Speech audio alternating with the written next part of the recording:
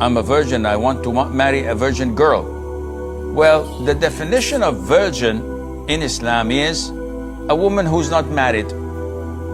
In a marriage contract, we have bikr and thayyib, a virgin and someone who was previously married. So a virgin is a one who did not marry before. We do not disclose whether she was engaged in premarital relationships and had one or multiple boyfriends. This is something in the past Allah concealed.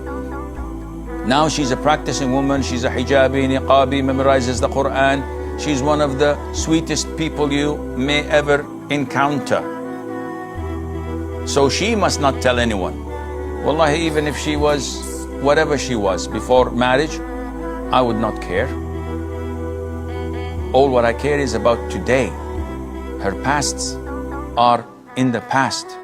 But at the end of the day, it's your call, akhi, and Allah knows best. If you're serious about improving your marriage and want exclusive access to our guide, comment the word love below, and I'll send you the guide.